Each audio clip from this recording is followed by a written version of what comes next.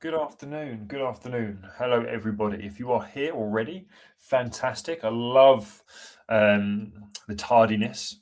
If you are not, that's fine. We'll give you a moment just to join. And in that moment, normally about 90 seconds, I will fill space and do it uncomfortably because that's what I like doing in this moment, Phil. I can maybe help you there, Rich, because I spent 5 years living in Rio in Brazil, and punctuality, they have many, many strengths and amazing qualities, but punctuality wasn't one of them. And coming in as a Brit, I'd worked on the 2012 Olympics, and then coming into the Rio 2016 Olympics, I learned that, shall we call it flexibility with timing, was a core skill that I had to learn to adapt to the local culture. Yeah. Do you know what? I am I would like to think I'm very tidy for the most part. People being late would, I think I would need to adapt and adapt quickly for that. And I'm not sure I would cope very The part of it I liked most was that if you come into a meeting in the UK late, you kind of sneak in the corner, take the first seat you can see, and do it quietly. In Rio, my experience was that if you came in late, you would hug and kiss everybody, shake everyone's hand, and make up some great gregarious story about why you were late, proceedingly making the meeting another 5 minutes late. But that would be the entrance. And then you're just running late for the rest of the time, right? It's a strange I'm thing. Brazil's biggest fan, by the way. That's how it works with punctuality. Yeah, I've not been yet, so I can't comment, but I'm looking forward to going. I mean, look, we're at the time to get started. If you are here already and you are listening, fantastic. This is an interactive conversation. If you do want to ask some questions, make some comments, please do get involved. Throughout this, I will try and ask those or bring those into the conversation.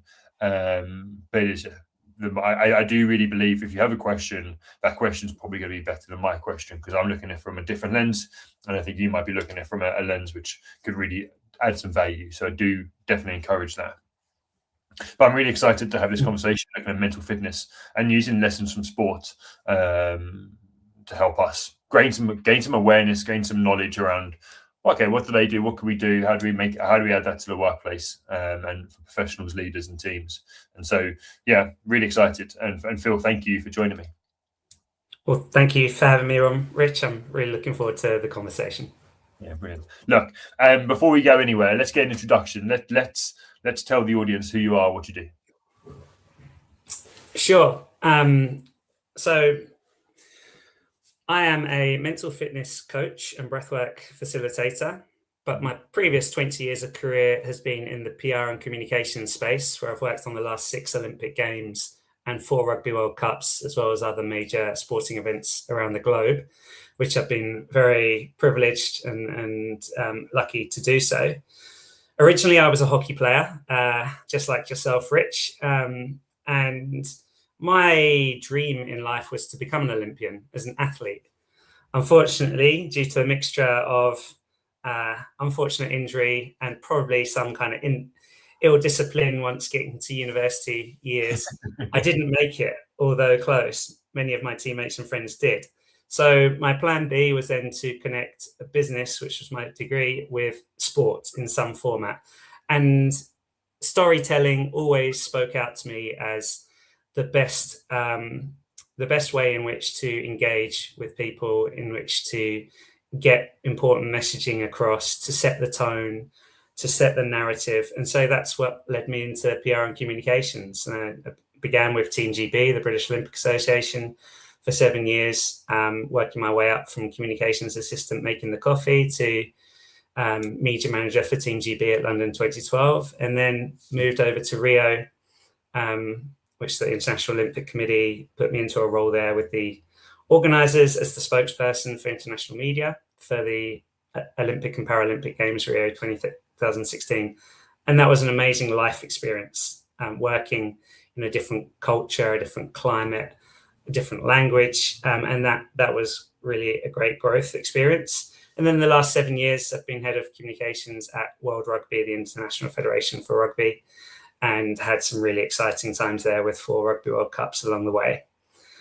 So that's kind of who I am professionally. Personally, I'm an Arsenal fan. I think it's important to mention that, as my team just beat Rich's team on the weekend. So sorry about that, mate. How to make friends and influence people there, Phil. That's amazing too. Look, you've obviously had quite a career kind of connected to sport. I mean, I think this is why it's exciting. How do you see, how close do you get to the sport when you're storytelling, doing the PR stuff? What are the things that you see? Yeah, extremely close. I mean, being on the inside of some of the magic moments of sport has been one of the privileges. Super Saturday at the Olympic Stadium in London in 2012, I think many will remember that. As soon as the athletes finish, they come off through the mix zone. And literally from finishing the race to being in the mix zone, which is the area where the media, the journalists interact with the athletes and get their hot off the press emotional comments. That's one of my roles was to be the press officer, the press attaché that would accompany the athlete, have a whisper in their ear as they go through the media mix zone. Andy Murray was one of the athletes I dealt closest with during that period, and he was a fascinating character to work with, probably one of the athletes I admire the most. And also during my time with rugby, hosting the press conferences for the Rugby World Cup finals, of Sia Khaleesi bringing up in the cup and asking if he'd be allowed to put it on the table. I said, Sia, you've just won it. You can put it on your head if you like. But yeah, I think the privilege of being up close and personal to the athletes in their moment of triumph or failure. I've also had to, handhold athletes through their media commitments who have perhaps their lifetime's dream has just been burst into flames due to one error or one mistake. Some of these Olympic sports are over in the flash of a second. So yeah, on both ends of the spectrum, it's been fascinating to witness the experience that elite athletes go through on the pitch, but also away off the pitch as soon as they're into sort of media commitments and stakeholder commitments. Yeah, I guess I looked at it from a positive side of things, but you bring up a really good point in regards to, you also speak to people who just lost, and maybe, as you said, one mistake, one error in judgment, right, has potentially caused them to lose a trophy or to, I don't know, right, it could be anything, to lose. That must be really interesting to see how that works and how then your role in that supporting the media.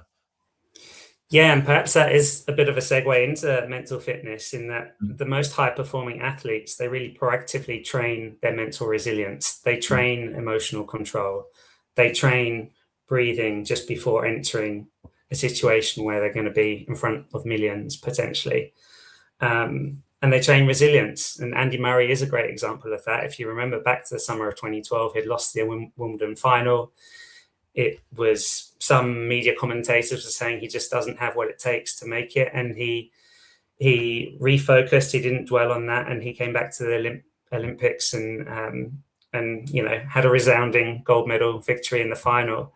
And really, really built through his emotional control and resilience along the way. And I think he's an athlete that's really matured in that respect throughout his career, perhaps turning self-criticism in his early career into self-coaching in his later career. Mm-hmm. Yeah, I really see that from him. And I think tennis is an interesting one, right? This is what I love about sport, because you can bring any sport into it and you find some lessons, but the ability to bounce back from setbacks. And I think the Roger Federer speech, whilst he's wearing his graduation kind of uniform, I think always just stands out now. Is like, okay, well, 53% of the time I will win the point, but the rest of the time I won't. So how am I going to bounce back from that? It's an incredible stat, isn't it? That Roger Federer, perhaps the greatest player of all time, although Novak might disagree, lost 47% of his points and had the mental resilience and focus to come back to win the ones that really mattered. Mm-hmm. Yeah, exactly. I think that's an interesting point, right? Look, you spent 20 years, you said, right, working as in PR, connected to sport, in a role of about communications, media. What made you now make that shift to doing the coaching, the mental fitness, the breath work stuff?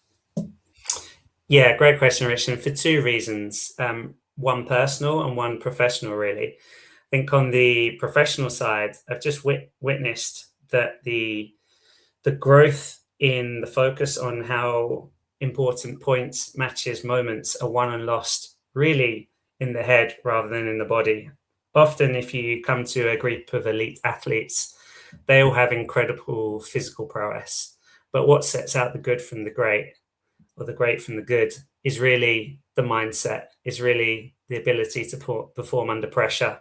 As Clive Woodward famously coined it, the thinking clearly under pressure, the teacup technique. The personal reason is that I've had at least more than one occasion in my personal life where I've really had to find resilience. I've had to deal with things that have come in my path, like the death of my father to motor neurone disease, and really learned that there are emotional avoidance isn't the answer, because things like grief can come back to bite. So I really learned that the more consistently I can work on my mental fitness, which is the proactive side of mental health, really, the more daily small habits I can get into, such as meditation for 5 minutes a day, such as keeping a gratitude journal, such as breath work, the more that sets me up better to be a high-performing individual professionally, in life, a better person to be around.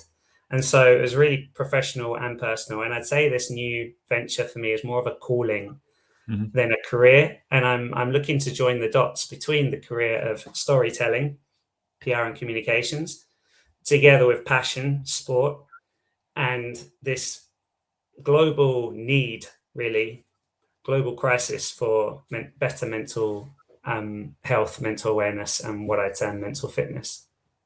Yeah, nice. And as you said, right, you can connect those dots. One of the things I want to pull out, there's a couple of bits I want to pull out.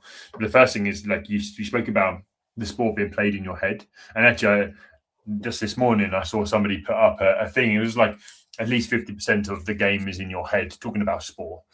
And I went back and I didn't say, and I should have said it. Well, I believe 100% of the game's played in your head. That drive to be there on that day and doing the thing you're doing, it comes from a motivation and a want and a will, and you have the 100% choice of if you put your head into the tackle, if you make that shot. It's all in here first and then driven behavior.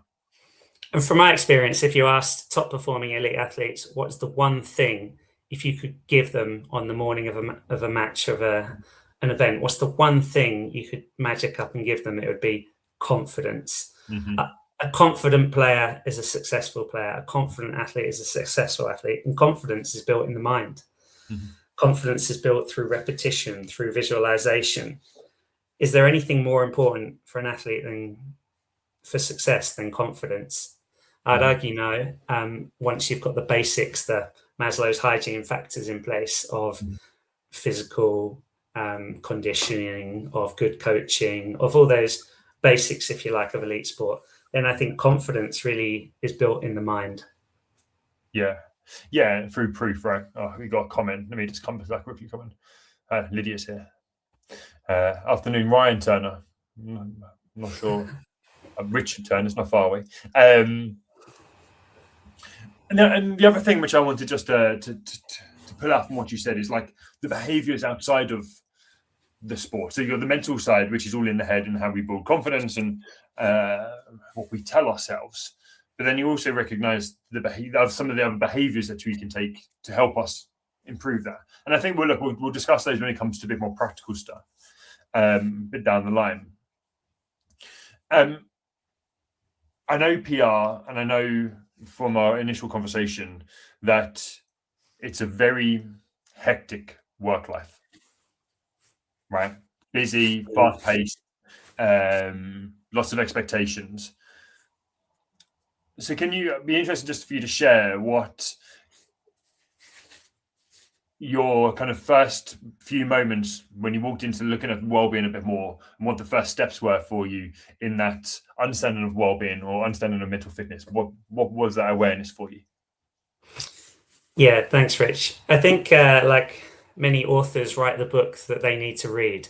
I think my journey into mental fitness and mental well-being was an acknowledgement that I was burnt out from overworking, over traveling. I've always had very global, international jobs, and the sports events particularly, they're very full on and very time consuming. I think I probably worked in more than 25 countries a few years in a row. And although it's very glamorous from the outside, it can be quite lonely. It can be quite exhausting on the inside, and living constantly with jet lag. Also in Rio, that was a very high profile role, a very exciting role. I absolutely loved the experience, but it was also a 24/7 role. You know, when Asia was going to sleep, Europe was waking up. When Europe was going to sleep, North America was waking up. So as we approached the games year, it really was a 24/7 role. So I think the journey into well-being for me was very much, how can I get myself into a better, healthier mental state, and what does that involve? So I really started researching into it, and it was as I got into it that I saw so many synergies with life lessons from sport.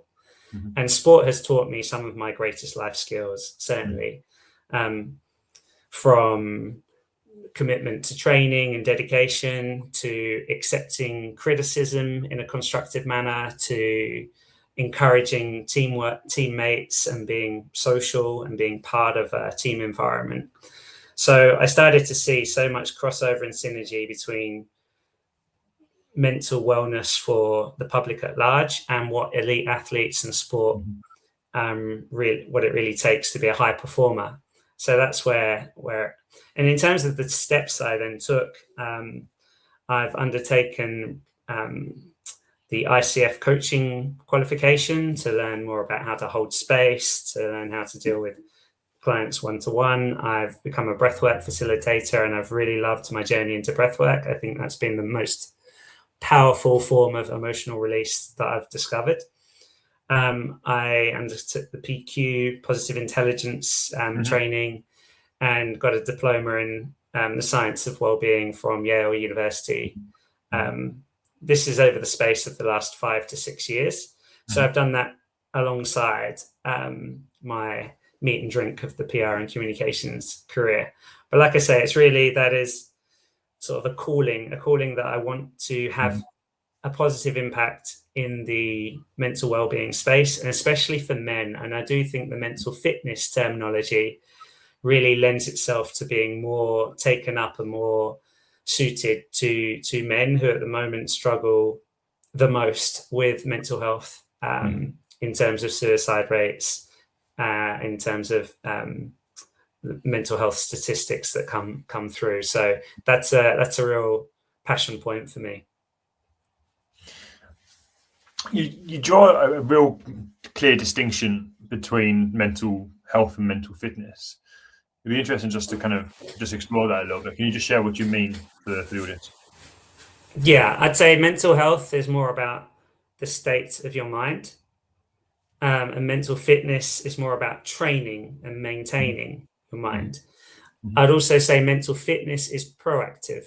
It's daily habits formation, whilst mental health often is something that we wait until we're in a crisis, or we have mental health issues, or we have mental health problems. Mental fitness is very much on the proactive side, and that includes things like resilience, positive attitude, good self-awareness, building emotional intelligence and emotional regulation, sharpening your focus, building confidence, as we've talked about, visualizing success.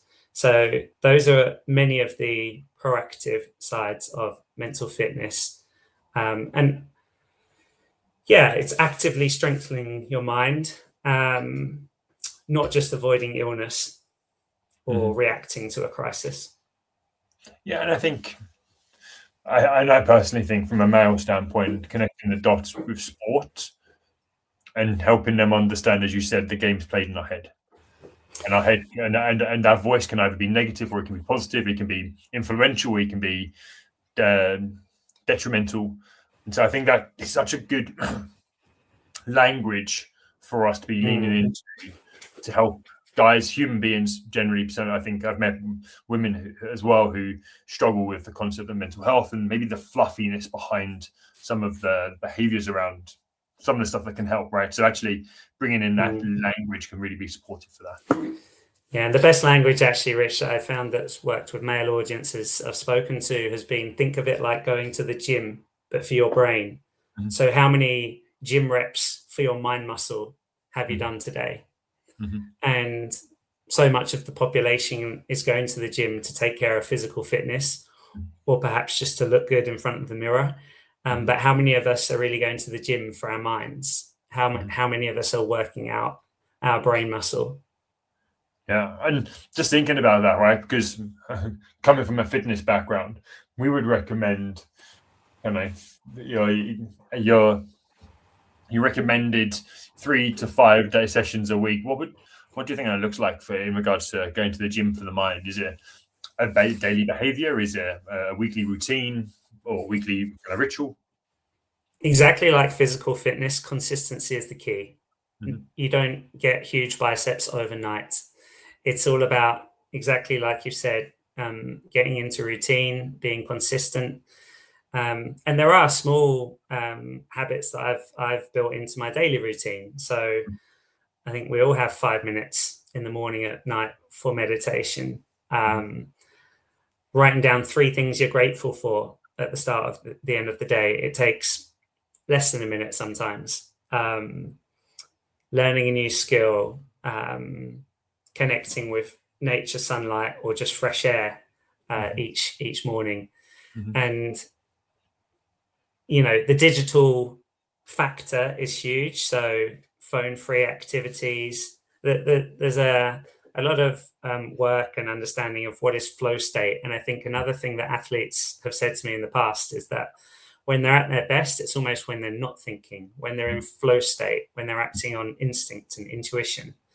So creating moments in your week where you can get into flow state. For me, a new one of those is playing padel. I only took it up 2 years ago. I have 2 replacement hips, so some things like hockey and football are no longer available, but I've found a new form of flow state. When I'm on the padel court, I'm not thinking of anything else. Yeah. I think flow state's really interesting, isn't it? And as athletes, we've experienced it probably quite a lot. I tried to think about how we can bring flow state into the workplace, because we can also do that, right? And there is obviously ways of being able to do that. Task can't be too hard, but interesting. It's got to be enough. It's got to be like this certain point of challenging enough, but also doable. And that's kind of what sports is, right? It's challenging enough. There's an element of we have the skills to do it. So when we're in those moments and then we can switch off, then we perform well. Exactly, Rich. And I think another note I'd add to that is the other side of your fitness training is your nutrition. What fuel are you putting into your body? And from a mental fitness perspective, one of the experts in this area that I really admire and respect is Maya Rechura. And she talks a lot about your mental fitness diet, which is, what do you consume? What are you consuming for in terms of your mental food? Are you scrolling for hours on end? Are you watching trash? What environment do you put yourself in? What people do you surround yourself by? And that is your mental fitness diet. So what are you putting into your system, as well as building up the mental muscle and doing your reps? Yeah, that's a really interesting thing, right? The input to it. And I think it takes me back to this concept about the negative thoughts. I remember doing a workshop and a talk around, I think it's like positivity, right? And I think we have 6,000 thoughts a day, and I think let's just say half of them are negative, half of them are positive. Negative thoughts are the things that stand out because we attach to the negative, right? And so those negative things, if we are still at 50%, we latch onto those things and we remember those things. So how do we then bring things into our mental or into our thought processes which are positive? Yes, exactly right, Rich. And science and research has shown that we have a negativity bias. If you get 100 comments on your latest podcast or post and 99 of them are positive, it's the one negative one you'll remember. And bringing this into a sporting context, the British cycling team, which had such incredible success through Beijing 2008, London 2012 and beyond in the Olympics, they had a sports psychiatrist named Dr. Stephen Peters working with them, who wrote The Chimp Paradox, which was very much about dealing with your inner critic, or the chimp mind, as he referred to it. And athlete after athlete used to come off their track with the gold medal around their neck and say in their media interviews, the primary reason I won this was the work I've done with Dr. Stephen Peters, because it's allowed me to control my inner voice. It's allowed me to focus. It's allowed me to do what I can do physically. Obviously, there's many, many factors that go into winning a gold medal, but I found it very interesting that more than one athlete, I think Victoria Pendleton was particularly outspoken on the role and the impact that the sports psychology played in her success. Mm-hmm. And it was interesting. I was listening to a podcast with Jamie Humphreys and Brené Brown, and she used an example of the England football team when we were struggling with the penalties, the penalty crisis we had. And she used on that podcast, she said, well, when we had this crisis, or because she's American, when you had this crisis, they didn't go to a skills coach to help these guys kick the football better. They went to a psychologist to help you fix what's going in your head to then perform better.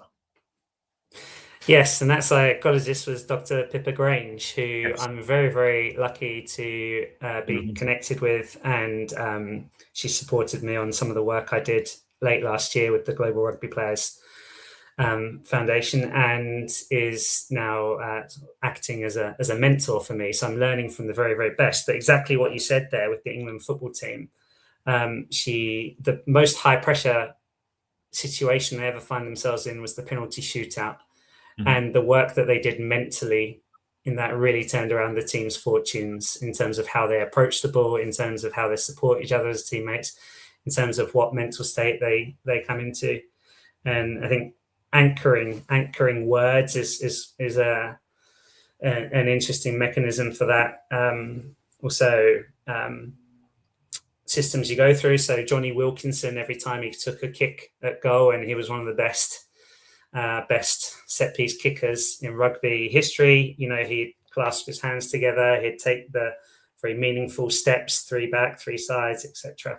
So these anchoring words or actions can really help in those high pressure situations, and that is mental fitness training that's been repeated over and over again. And Dr. Pippa Grange's work was really focused on alleviating fear, or turning fear into winning positively. And her book, Fear Less, I would highly recommend. And I think I myself, in my hockey career, albeit amateur rather than professional, but I played with the fear of making mistakes until I got to, National League level and played under Jason Lee, the Great Britain Olympic coach. Sorry? He's on the podcast soon as well. So yeah, good. Oh, good fantastic. He'll be a wonderful guest, but he really changed my perspective, which was failure is welcome, because if you're not willing to fail, it means you're not willing to push the boundaries of what's possible. So yeah, that's I think the England football team is a great example, because it's really changed their fortunes, and who knows, maybe football's coming home this summer. Yeah, who knows? Yeah, I think it's a really interesting one. I really resonate with that, because I play under fear, and under certain people, that fear comes back. And so when I played my national league, I was very much fearful of mistakes cocking up, not making the manager happy, or I misdrop the ball, which when you watch internationals, they're doing all the time. And you're like, okay, well, I've misdropped the ball and I'm playing however many levels down. I should be able to do that and not feel fearful of doing it. I'm not an Olympian. Exactly. Also, Rich, I noted that under Thomas Tuchel, the England football team is now undergoing breathwork sessions. So I think what greater example to men out there and to everyone out there that if breathwork is beneficial and good enough for Harry Kane and Declan Rice, then I think it's something that everybody should be having a look at, whether it could be beneficial for them. Yeah, exactly. Declan Rice, the West Ham player, or Declan Rice, the Arsenal player? Declan Rice, the "it's not done" player. I think that was the most clear and concise example of brilliant mental fitness that I've seen on the football pitch this season. The moment after the final whistle of losing to Manchester City overtaking Arsenal at the top of the Premier League, Declan Rice's first 3 words to his captain, Martin Odegaard, was, "It's not done." And would you know it, they've bounced back to win the next 4 games in a row. And that is mental fitness. That is resilience. That is bouncing back. Yeah, understanding the processes, right? Lydia's commented, I think, from a women's perspective, going back to the men's bit earlier on, from a women's perspective, the concept of stopping and addressing it is difficult when we feel that we just have to get on and fix everyone else first. That's it. That is a great alternative to actively using it as a mind program to prevent the crisis occurring. Yeah, the line that really jumps out for me there is have to get on and fix everyone else first. I think if you take the aeroplane analogy, if there's a drop in oxygen supply, it's always very clear that you have to put the mask on your own nose first before you're capable of helping anyone else around you. And I would say that very much applies to mental fitness too. If you're not in a state of a mental well-being, of emotional regulation, of focusing on whatever task is at hand, then it's much more difficult for you to be supportive and helpful to those around you. So I would very much suggest that doing your own mental health work, even if it means carving out 15 minutes for mental fitness every morning, if it means setting the alarm 15 minutes earlier, top up your own glass, your own mindfulness, your own mental state before focusing your attention on others, if possible. Yeah, for sure. Yeah, the importance of self. And people think it's selfish, and I don't understand this. Maybe I'm just selfish, but isn't it obvious just to look after yourself first, and then everything else can be performed afterwards? But maybe some people call me selfish.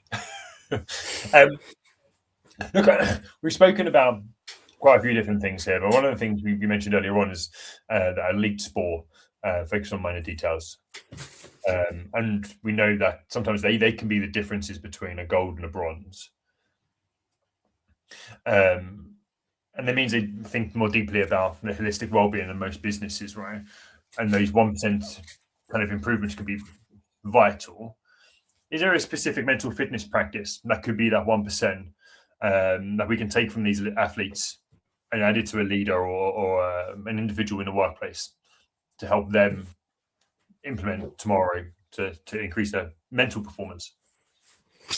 Yeah, one mechanism that's extremely popular in high-level sport is that of visualization. Now, visualization works because the brain does not know the difference between imaginary and real when you're in visualization. So you can visualize success, you can visualize hitting the perfect golf swing off the first tee, you can visualize striking the ball from the penalty spot 100 times, meaning that when you walk up from the halfway line to take that penalty, your brain already knows 100 times over, 1,000 times over what it's going to do. You have that muscle memory from visualization. Also, you can visualize in preparation for difficult situations. You can visualize for when things go wrong. You can visualize for being in a pressure situation. What would you do? Once you have this training repeated over and over again, there's a famous example of Michael Phelps, the most successful Olympian of all time. He, with his coach, had done a lot of visualization work. He's one of the athletes that speaks most about visualization. And the goggles example that he'd pre-visualized and trained, what would he do? What would happen if he had a goggles problem during a race? And it happened in the Olympics, I think in Beijing, 2008, and he still won the race because he didn't panic. He was calm. He knew what he had to do, despite water filling up in the goggles. And so I think visualization is something that can be brought in as a technique beyond sport as well. You know, what do leaders do in difficult business situations? What do parents do in difficult teenager situations? Or visualizing success to build confidence, to build muscle memory in your brain, that when the time comes, you're ready for action. I really like that, because I think it's so easy when you talk about visualization to think about the success. And the thing I want to add to that is, so some people really go thinking, what's the challenge there? Some people really easily connect to the positive success, right? Or visualizing it.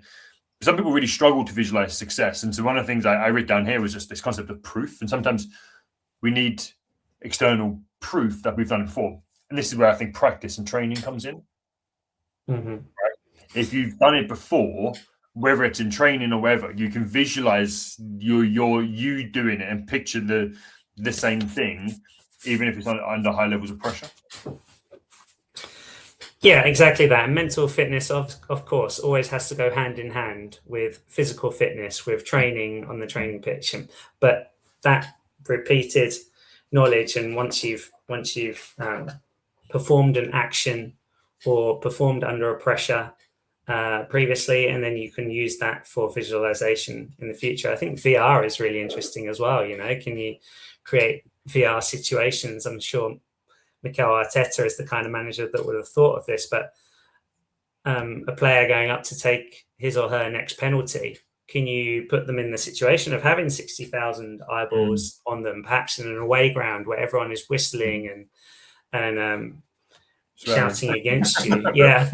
I was trying to hold back there, but I can't believe your fans booed Declan Rice on Sunday. Anyway, that's another topic. So I think, you know, creating these situations in a visualization manner. And again, Maya Ritura has written a book called Visualize. I'm relatively new in this space, but I would highly recommend that. And there's 5 different categories of visualization that you can really practice. Some can be really creative, others can be dealing with pressure scenarios.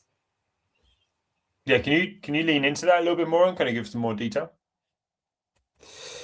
Well, I think coming back to, I worked with Clive Woodward during the Team GB days. So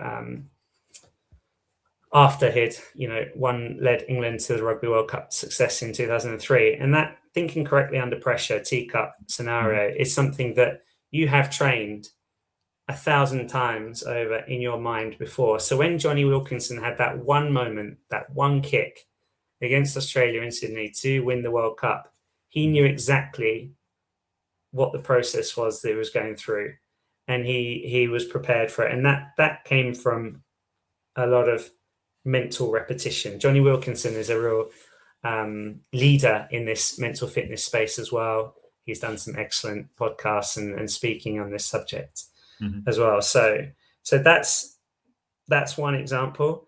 Another can be, for example, during the Rugby World Cup 2023 in France, the South Africa rugby team were victorious in defending their title. And they were the only squad that had the family stay with them throughout the duration of the competition, which was 8 weeks long. And every time I went into their training base for media commitments, there was a much more relaxed atmosphere. There was a different vibe, as they would say, going on. And I think that put a different mental space within that squad that led them to high performance on the pitch. Novak Djokovic, I was lucky enough to be one of about 50 people to observe his pre-Olympic final training session on the practice courts in Roland Garros. And it amazed me how relaxed and jovial he was playing games with his training group, and seeing a different side to him. And he's probably the athlete that has improved the most, I guess, over his career in terms of emotional regulation, Mm-hmm. breathing control, self-talk. He's talked openly about meditation use. Mm-hmm. And the results, the longevity that he's had has gone way beyond almost any other of the top tennis players. And I think a lot of that is down to his mental work. Yeah. He's a really interesting character, isn't he? And you can see some of that work. And I think I use him as an example for in-moment visualization, because I think I've heard him speak about, well, the ball bouncing, right? From what I've heard, it's him visualizing the plays. It's him picturing what's going to happen. It's him playing out. Yeah. Well, the serve's going to go there. This is probably what's going to happen next. If that does happen, this is what I'm going to do. And he talks about 3 or 4 shots in advance, and it's just him working through that. And like Federer said about the 47% of points in his career that he lost, the most important thing was letting that point go immediately, resetting and refocusing. And that's a skill. That's a mental skill that gets trained. Yeah. And you can see. And by focusing what Novak's doing there, it is, okay, well, that's gone because I'm now thinking about the next thing. Yeah. And you can see a tennis player, perhaps younger or less experienced, you can see when they're still reliving a point from 2-3 points ago, and then they end up smashing their racket at the change of ends. And yeah, you can really see the players that are capable of having that mental fitness, mental strength to focus immediately on the next point, and those that are still reliving the previous points. Yeah. Tennis is very good for seeing those differences, right? And you think of some very good athletes in that space who should have won more if they had a better emotional regulation. It goes back to this thing about the importance of the mind in sport and in performance. Yeah, and perhaps a negative example of it was my beloved Brazil during the years I was living in Rio, was the World Cup 2014, where Brazil famously lost 7-1 to Germany in the semi-final on home soil. And it was really, I think, a lot of the players have spoken about it since, how the pressure of the situation, the level of expectation of the nation led to a lack of emotional control, and they really just didn't go out and perform in the manner and the structure and the tactics that they should have done, because the emotion took over the occasion. So that's one example where perhaps better mental fitness, better mental training could have led to a different outcome. It's you see these observations and these examples all over the place, right? And I think it just shows the importance of how we need to do it. So let's get practical for a moment, Phil, right? We've covered a few things. We've talked about visualization and how that could be really great. We've just brought a couple of examples around emotional regulation. We spoke about confidence earlier on. What practical tips, tools can you throw at me and the audience that could be really beneficial for the listeners? Yeah, so I would strongly encourage the creation of a morning routine, a phone-free morning routine. I've just read a very good book called The Dose Effect by TJ Power, I think his name is. What we do in the first 30 minutes of our day sets our energy, our focus, and our mental state for the rest of the day. So a very good habit to get into is having the first 30 minutes. First things first, buy yourself an alarm clock so that your mobile phone is not the first thing you touch in the morning. You're smiling. It's kind of so simple. It's a bit silly, but really it's a game changer. Buy an alarm clock, £10 in Argos or other good brands are available.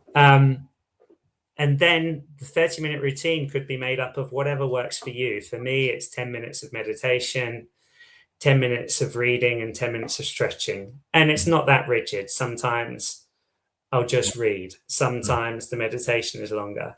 So the important things there are consistency, repetition, and having that time for yourself. So if it means setting the alarm 30 minutes earlier and potentially going to bed 30 minutes earlier, that is my key recommendation, because what we do first thing in the day sets our mental state for the rest of the day. The Second thing I would say is the importance of gratitude, appreciation for what is good in our life, what we do have. So journaling, gratitude, if you can use pen and paper in a notebook, even better. And this is something I tend to do at the end of the day, just to reflect. And some people like to set an intention as well. So those very simple things. And then as we go into, in terms of training the mind, activities like learning new skills, anything that can be a new skill that you're learning that's training the brain to be dedicated, focused on a new activity. Connecting with nature and sunlight has been shown to be very strong for mental fitness. And of course, physical exercise. So mental fitness and physical fitness are not at odds with each other. It's not one or the other. They're very much complementary. And of course, they intertwine in sport. And flow state is really a state that we all aim to achieve. And for me, exercise is the best way to achieve that. For other people, it's music, it's art, it's drawing, it's creating. And then another element is social connection. So ensuring that you have social connection 2 to 3 times a week, that is extremely important as well. And so those are many small elements, and it's different for every person. But I would encourage that the creation of a morning routine is vital for setting the tone, setting the mental state for the day. Yeah. And I also think, I'm just going to add to that, because the morning routine is really important. Also, your nighttime routine can sometimes set up your morning. Actually, how you go to bed.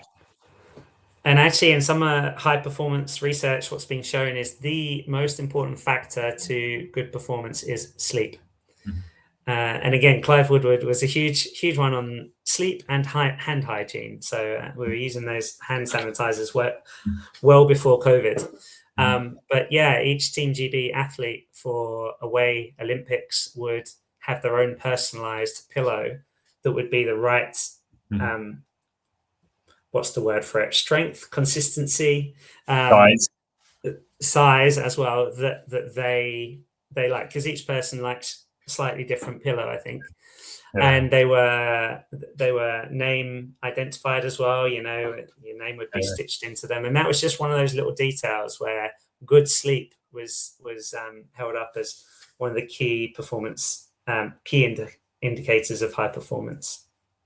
There's I think it's, for me, it makes up one of my top, probably is my foundational behavior to performance when it comes to the physical behaviors.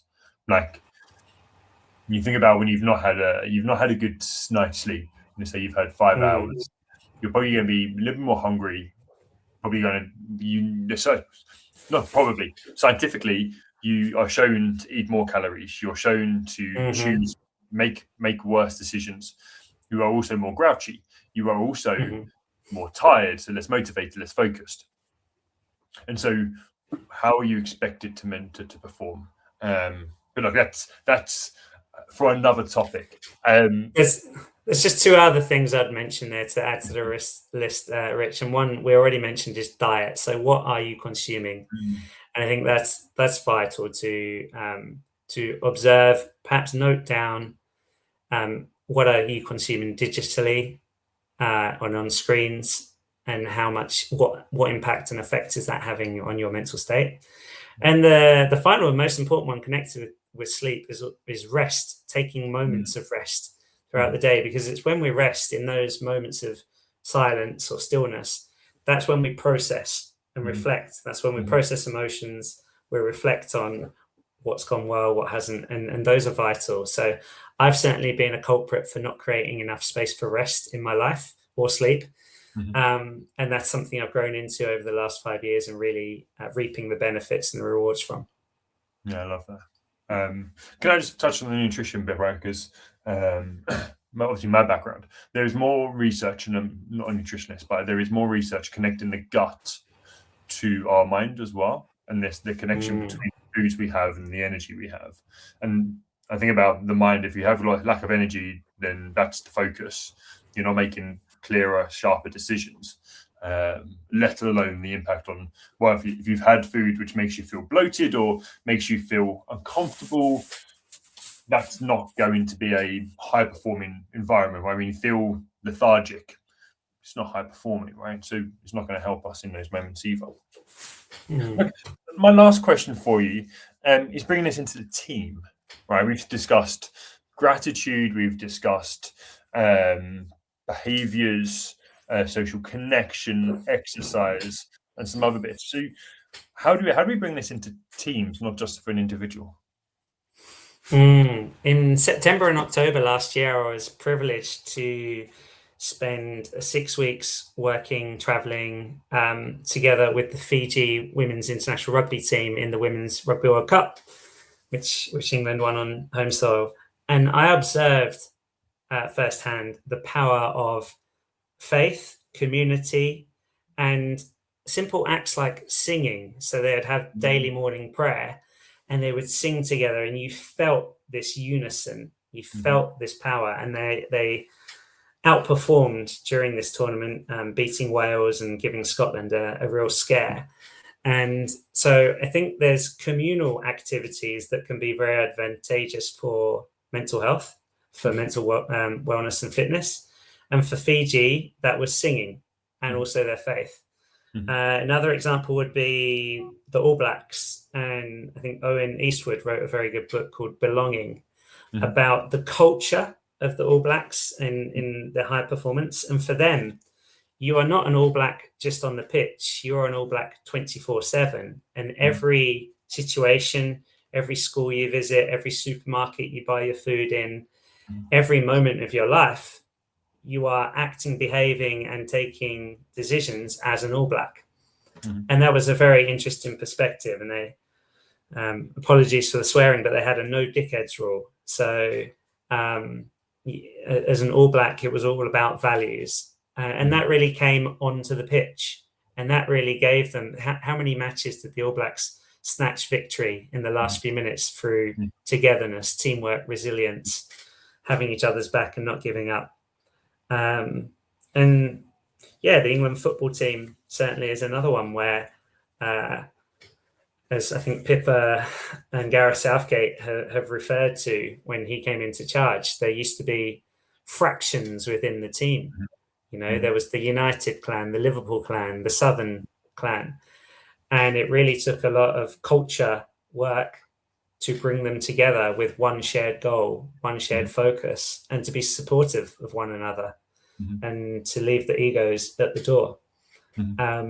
So that's another good example, I think, of how mental fitness brought a change from England being perhaps full of stars. If you remember the Beckham, Lampard era, Gerrard, full of stars that couldn't get the results together, to a team perhaps of more youthful talent that really, well, they've reached 2 finals, semi-finals, etc., and the results speak for themselves.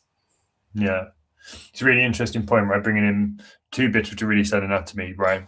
Actually 3. Let's add faith, but that connects to me to purpose, and then identity, right? And what's our purpose? What's our identity? And if you can actually bring those things into a team and get team communicating and getting it all on the same page, I think it has that impact that you have in regards to the mental fitness and the supporting of each other in that space. Final thing on Arsenal, if I may. One of the most important, I believe, appointments that Mikel Arteta made was Carlos Cuesta. He was a 25-year-old, multilingual football sort of connoisseur who was brought in really, so I think his role was individual player development. But his role basically was to be the eyes and ears around and to be one-on-one, put a shoulder around players, to listen to them, to connect them at their age, at their background, in a way they understood, perhaps play the same video games, go through the same life. And I thought that was a really smart role. They show a little bit of it on the documentary, All or Nothing. But really having that player welfare or mental fitness individual within the coaching team, I thought that was a very smart move. Yeah, I think so. And you see more clubs doing it, especially academy level. Yeah. Phil, it's been a pleasure. I could probably continue this for forever and more, right? Talking about sport and bringing up different examples around how mental can make a big difference, or has made a big difference in performances around the world, right? But we won't, because we both got to do. But I really appreciate it. Where can people find you? So the two primary channels are on LinkedIn under my name, Philip Wilkinson, and on Instagram, which is Phil Wilkinson 811. 811. That reminds me of like a 118. Why 811? Was it just the numbers you had, or was there a reason to it? My year of birth is 81, but I think that was already taken. So yeah, just the extra one. Simple as that. I love it. Phil, you stay where you are. Everybody else, Lydia, thank you for joining and adding your comments. We appreciate that. Everybody else, have a great week. Next week, I have got Tim in talking about performance in high pressure moments, bringing in some of the sport and military language. So it's going to be a really interesting conversation as well. So, yeah, everybody else, goodbye. Take care. Phil, stay still. Thank you.